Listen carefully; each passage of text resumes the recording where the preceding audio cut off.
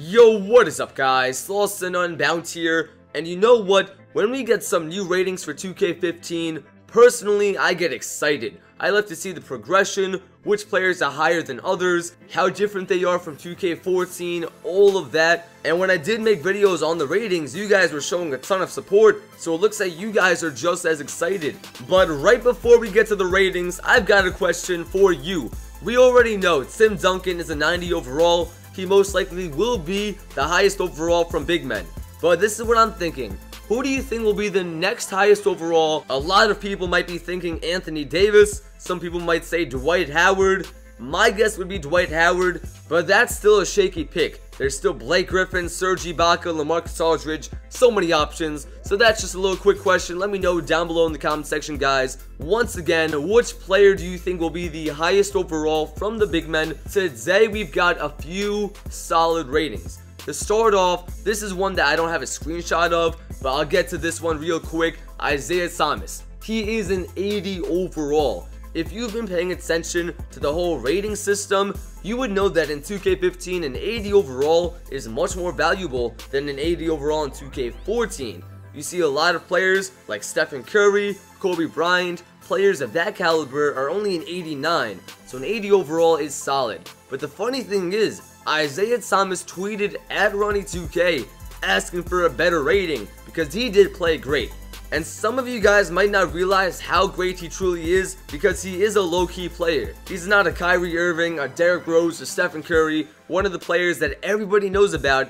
Isaiah Thomas, he started off as an underdog. He was drafted as Mr. Irrelevant, the 60th overall pick of the draft. Came into the NBA, started doing great. So who knows, he might get that bump in ratings.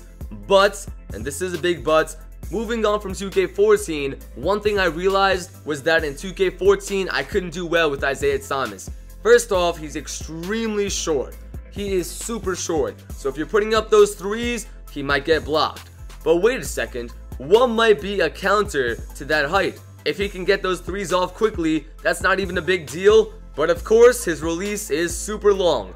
Moving on to the next rating, we've got my man Jared Sullinger. He's 78 overall, playing for the Boston Celtics. Now, he is a phenomenal post player. He had some back problems, had some injuries, but when he is playing, there are a few things that he does great. Number one, his post scoring. Number two, his offensive rebounding. That has been improved recently, and I'm happy to see him at a 78.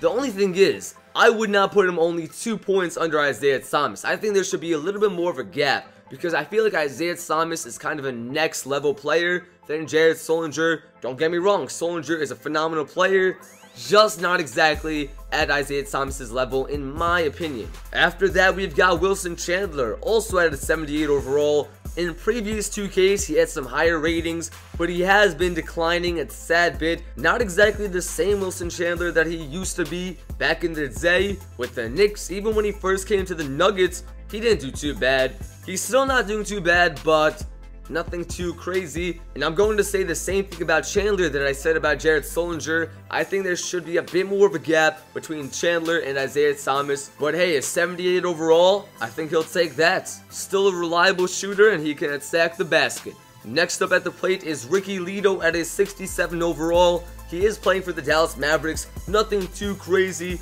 Now some of you might be saying, wait a second, why is this so sporadic? Wilson Chandler, Ricky Leto, how are they coming up with this order? The way it works is that if they ask for their rating on Twitter, Ronnie2K gives it out about a day or two later. So that's why it's a little bit out of order. But right there, not too much to talk about, but hey, Ricky Leto, he's a 67. Now the next one I will have to say surprised me a bit. Ray McCallum, 74. Once again, in 2K15, a 74 overall is a good rating. In my mind, if you have a 74 in 2K15, it's kind of like a 79 or an 80 in 2K14.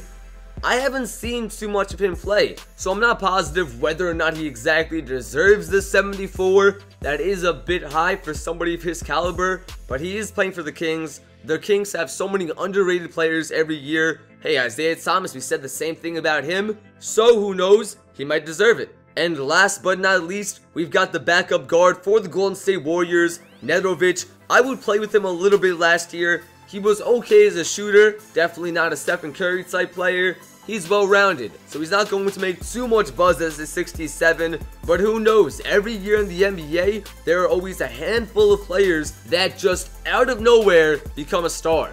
Not necessarily a star, but at least going from somebody that not too many people know about to somebody who becomes a starter, averaging 15 points per game. So who knows, if Stephen Curry goes down, if he hurts his ankle again, Nedovic steps in, he can make some plays.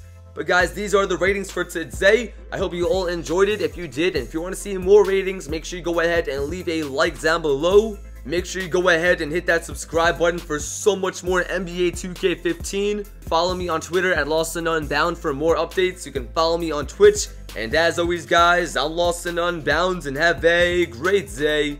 Peace out.